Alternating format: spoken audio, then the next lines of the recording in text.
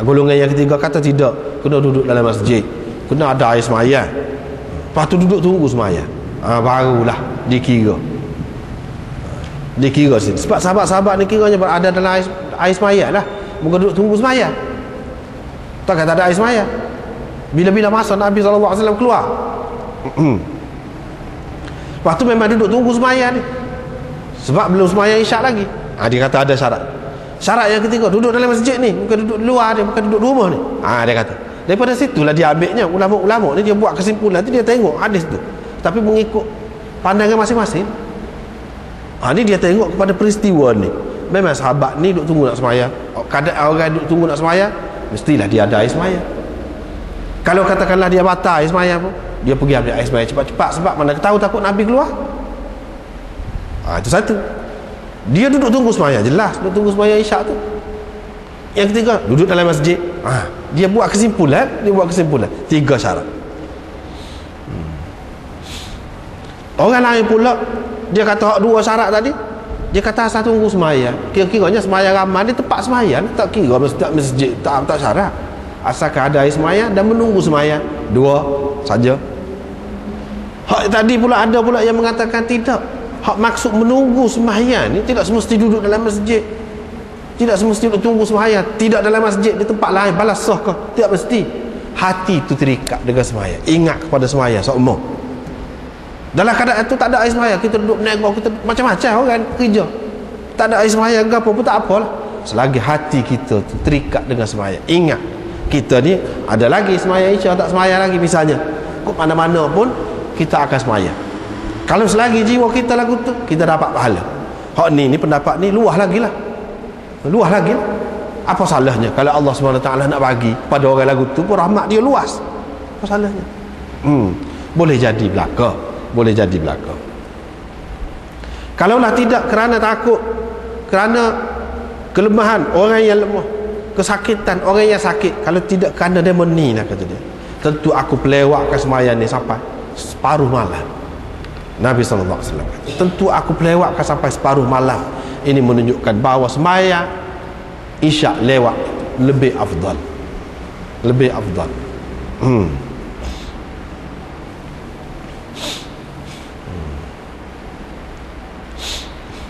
Dan secara tidak langsung hadis ini juga menunjukkan kepada orang yang sakit, kepada orang yang lemah, kepada orang yang ada masalah, lebih baik sembahyang isyak tu awal, sebab lewat lebih menyusahkan dia.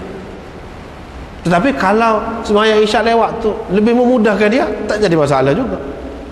Sekiranya sembahyang isyak tu lewat menyusahkan dia, maka sembahyang isyak awal lebih afdal kepada dia, untuk dia secara tidak langsung lebih afdal. Ayah Hana dulu, almarhum Ayah Hana dulu, dia pakai qaul jadid mazhab Syafi'i. Dia sakit payah, nak ambil air sembahyang pun kena orang cucuk air sembahyang. Dia lepas sembahyang maghrib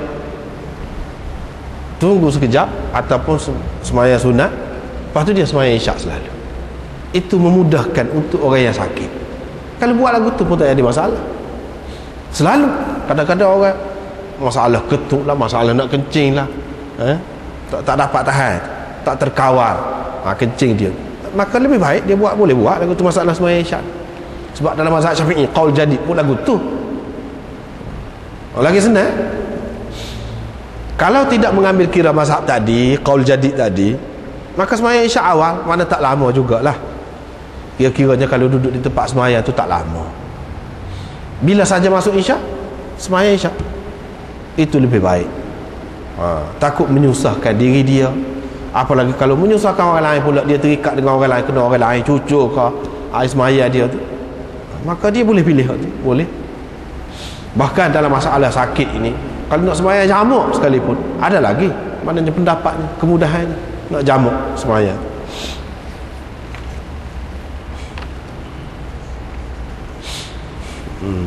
Babun fi waqti subhi, ini bab tentang waktu subuh. Seperti mana biasa kita sudah tahu, tadi pun lagu tu juga sama-sama. Kalau Abu Daud ni kena ingat lagu tu lah, kaedah dia tu. Dia nak ayat dalil bagi masing-masing ulama mujtahidin dalam pendapat mereka. Ada yang kata cepat, ada yang kata lewat. Mana dalil masing-masing? Hak tadi sebab kita kata sembahyang isyak awal tadi. Sembahyang isyak awal tadi. Seperti yang anda sudah sebut tadi, Imam Syafi'i pegang dengan hak itulah di antaranya, iaitu sembahyang pada ketika jatuh bulan pada malam yang ketiga di awal setiap bulan. Imam Syafi'i kata hak tu, sebab tu dia pakai qaul jadid dia tu. Makna bagi dia bulan jatuh tu, mana kalau nak kira syafaq tak hilang lagi, tak masuk lagi waktu isyak, hak biasa mengikut biasa. Masuk dah isyak. Dalil dia mana? Hak ni. Hak tu hak kata sembahyang isyak lewat. Hak ni. Masing-masing sudah ada dari situ. Atau kalau kita kata suqutul qamar tadi betul-betul awal waktu isyak, mana hilang dah syafaq, seperti pendapat kebanyakan ulama, tidak pendapat Syafi'i lah, pendapat kebanyakan ulama, maka ia menunjukkan awal waktu. Awal waktu hadis yang mula-mula. Lepas tu hak lewat sikit, lepas tu lewat lagi hadis hak kemudian. Ada belaka dalil masing-masing.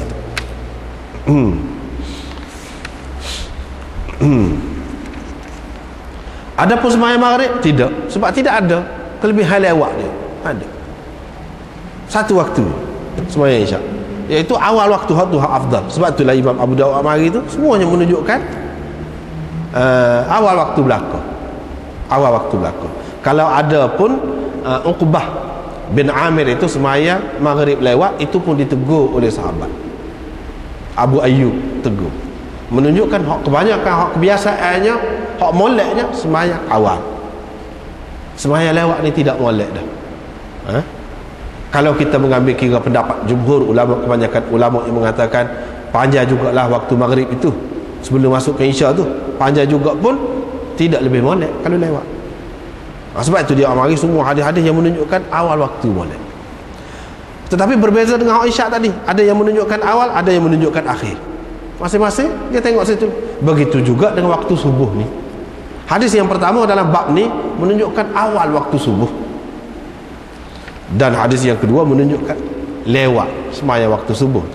Dari segi hak afdal, hak mana yang lebih afdal, awal kah atau lewat? Orang yang mengatakan awal, dia pegang dengan hadis mula-mula. Orang yang mengatakan lewat, dia pegang dengan hadis yang kemudian. Supaya juga waktu isyak tadi. Sini sekarang ni nak cerita tentang waktu, bukan sahaja waktu, tetapi kelebihan, keutamaan waktu. Waktu yang utama, waktu mana bagi sembahyang. Riwayat yang pertama berkenaan dengan sembahyang subuh ni, iaitu hadis Aisyah. Dia kata sesungguhnya Rasulullah sallallahu alaihi wasallam la yusalli subha. Sini anda nak bagi peringatan sikit ni. Sebabnya tidak ni, hak ni wallahu alam, sebab anda tak tengok terjemahan hak Melayu, hak Indonesia lah, Melayu pun ada Indonesia lah. Tapi kalau hak terjemahan Bukhari, ni hadis ni terjemahan Muwatta misalnya, yang anda sudah tengok sendiri, terjemahan Indonesia silap banyak. Itu kena beringatlah. In kana Rasulullah sallallahu alaihi wasallam la yusalli subha. In tu dia terjemah dengan makna jika. Jika, kalau, yang tergantung tak bertali. Gitulah kita boleh kata. Payah nak faham. Cuba tengoklah, cuba tengok. Hak ni hak setahu ananya dalam terjemahan Indonesia bukan terjemahan Abu Daud sepenuhnya. Dia terjemahan mukhtasar, ringkasan Abu Daud. Sanad pun tak ada, gapo semua qala Abu Daud, gapo tak ada. Hadis ini tentu ada. Cuma dia terjemah tu lagu mana wallahu alam, anda tak tahu. Hak Abu Daud. Tapi kalau hak Muwatta, hak Bukhari memang silap. Sebab apa? In di sini bukan in syartiyah. Kalau kita nak terjemah dengan makna jika atau kalau atau seandainya, dia kena in tu in syartiyah dulu, barulah makna lagu tu. Di sini in mukhaffafah minat thaqilah. In mukhaffafah minat thaqilah ni dia sama dengan inna lah. Inna ni bukan makna dia jika, makna dia sesungguhnya.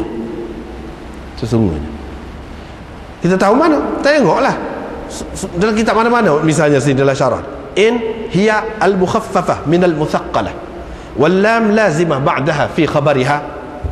Ni dalam syarah. Kalau in mukhaffafah min al-thaqilah ni, khabar dia tu, pada khabar dia tu mesti ada lam pada khabar dia. Apa makna dia kata khabar?